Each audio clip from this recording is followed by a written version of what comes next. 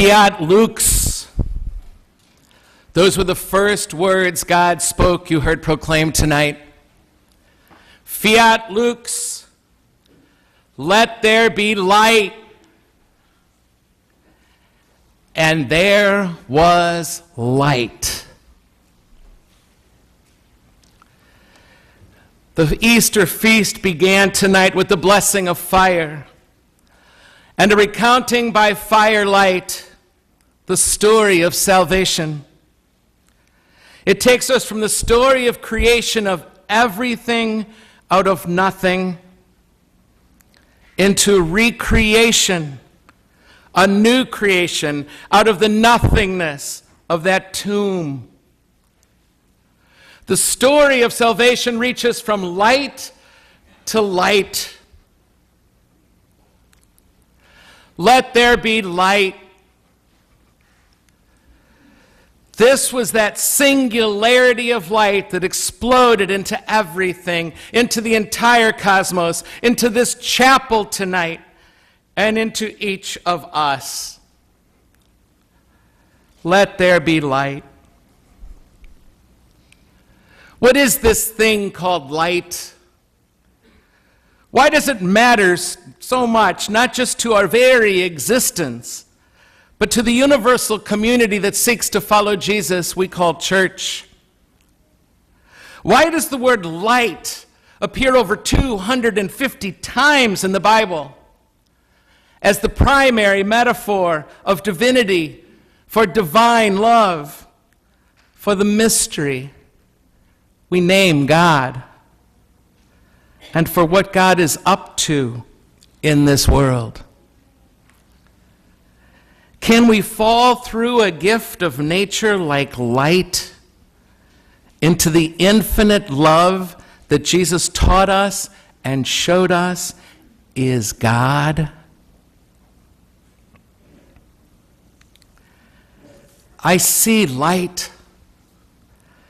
I see light all the time.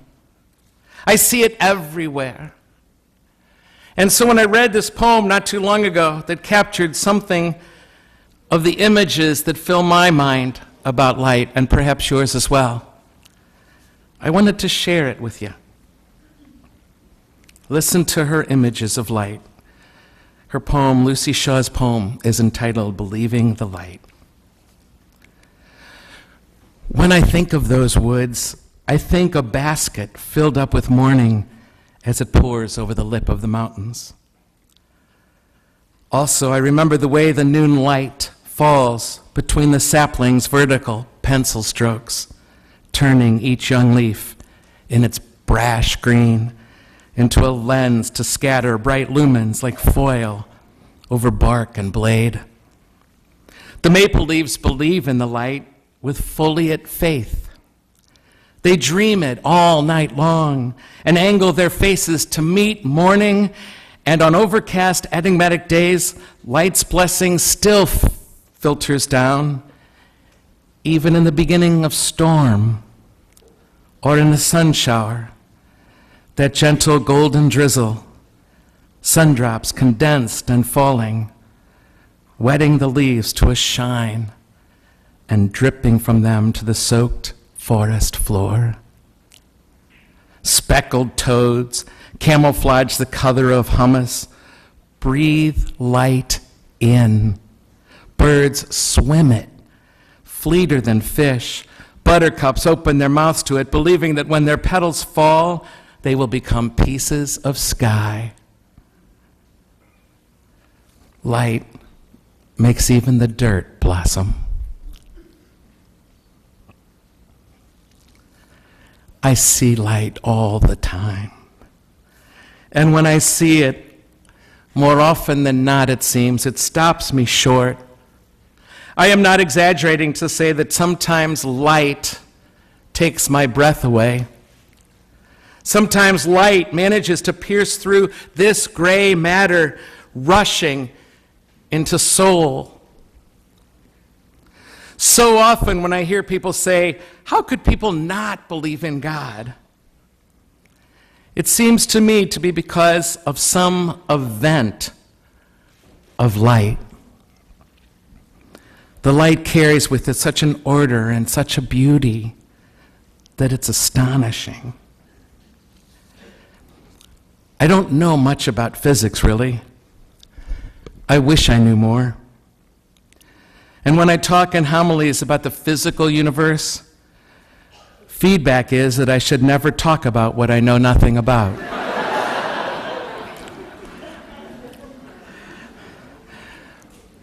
But I know what I love, and I love the light. But I'm not the only nerd here. One of our RCA folks, who will be confirmed in our faith tonight, shares this passion. His name is Nick, and he's soon to finish his doctorate in something. Theoretical condensed matter physics. And it was at least partly in his studies of light that he found his faith taking off. So much so that Nick got a tattoo.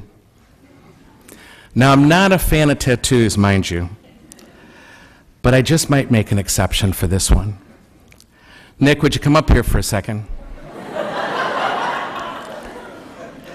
This is Nick, who getting his doctorate in thermal condensed matter. Is that right?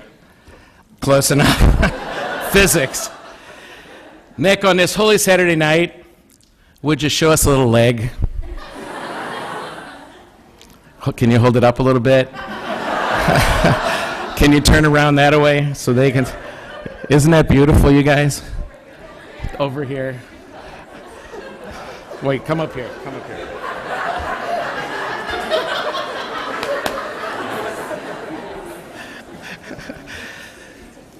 Thanks, Nick.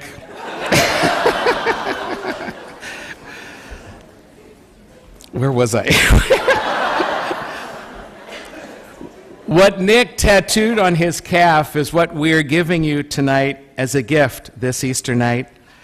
It's called our CSC Holy Card, and would you hold that up? There it is. Thank you. This is your CSC Holy. That's what Nick has tattooed on his calf. It looks like gobbledygook to most of us, but I have to tell you, there are a few things holier than this. That's it. 4 simple equations that describe light no matter where you are, anywhere in the universe. They describe how light works and how light is made. In those 4 simple equations, faith and science kiss. Isn't it amazing that everything that is light is able to be represented on the calf of this gangly young man? As Nick said to me just the other day, God is one hell of a physicist. Thanks, Nick.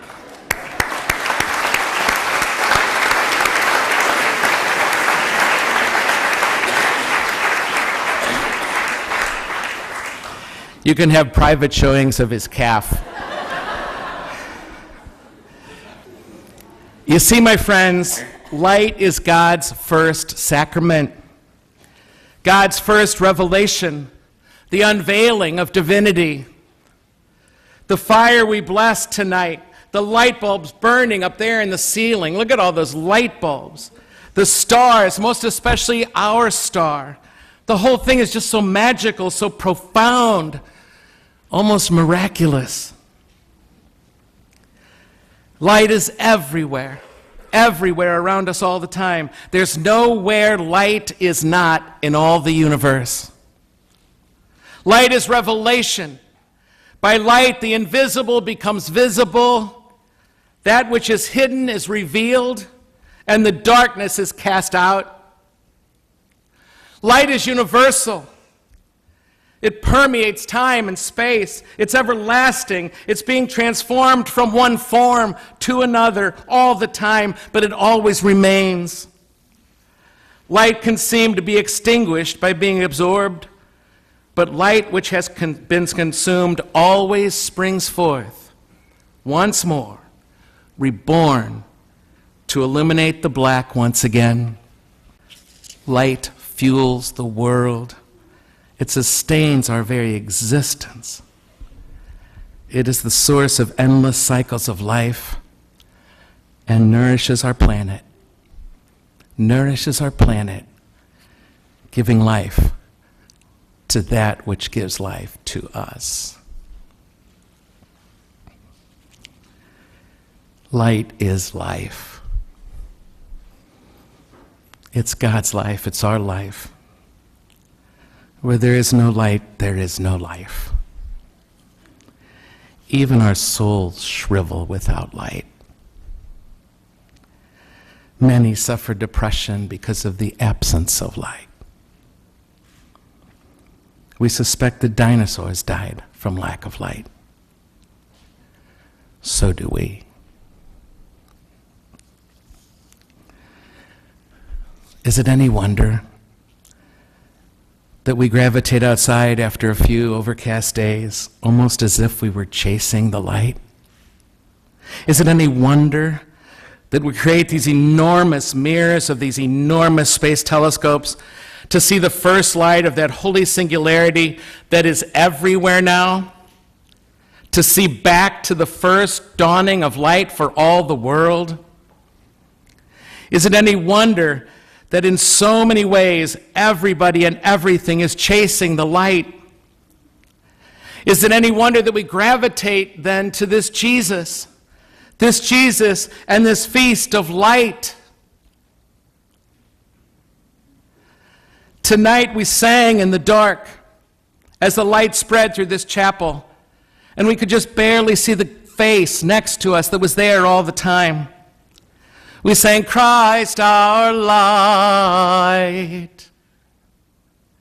For this singular life, like that singularity of light, this life of Jesus of Nazareth, who became the light of the world, the recreation of light itself.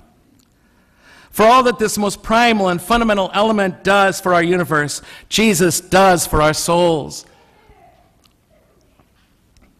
He is revelation. He is eternal. He is salvation. He is life. He's our reason for hope. He's the light at the end of the tunnel. He is incarnate love. Love enfleshed. Indeed, Jesus is the light of the world, and that's a light worth chasing.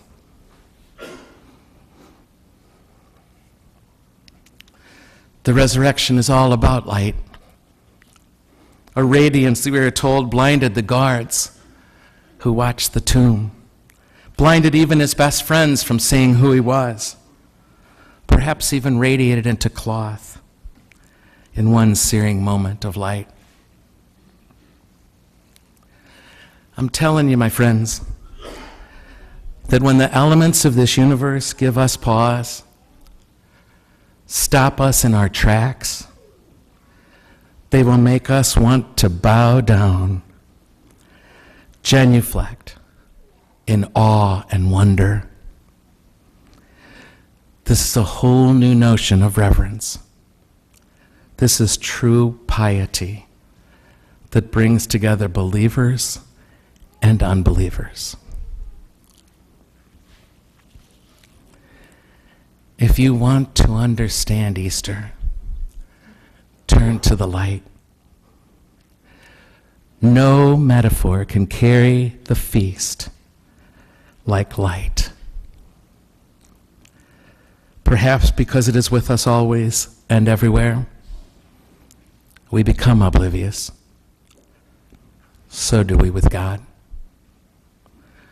We forget we need the light. We forget we need God, who is the light of love. These sacred rituals of this Mass and every Mass are almost like this giant magnifying glass over us, over this Easter Mass, over the entire university community, over everybody we love, focusing the light focusing love on them until we burn with light, until we become light, to be so full of love that every time we act with love, we reflect his light and put the match to the wood, creating even more light. Because it is in this light and the light of Christ that we begin to see. We begin to see our own beauty. We flourish. And we see the face of that human being next to us. And we recognize that she is our sister. He is my brother. And when we see that, we have enough light.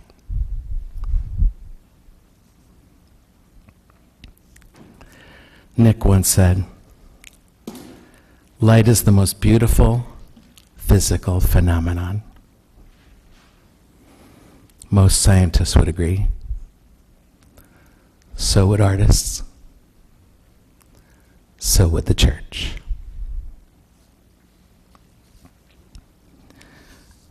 One last thing, because it is really, truly, often the last thing. When I have the privilege of being at the bedside of someone who is dying, I tend to often, as my last words, say to them, reach for the light. Reach for the light. Don't be afraid. Reach for the light. And tonight I say that to you, this Easter night. Every day you have left, including the last. Reach for the light. Don't be afraid. Reach for the light.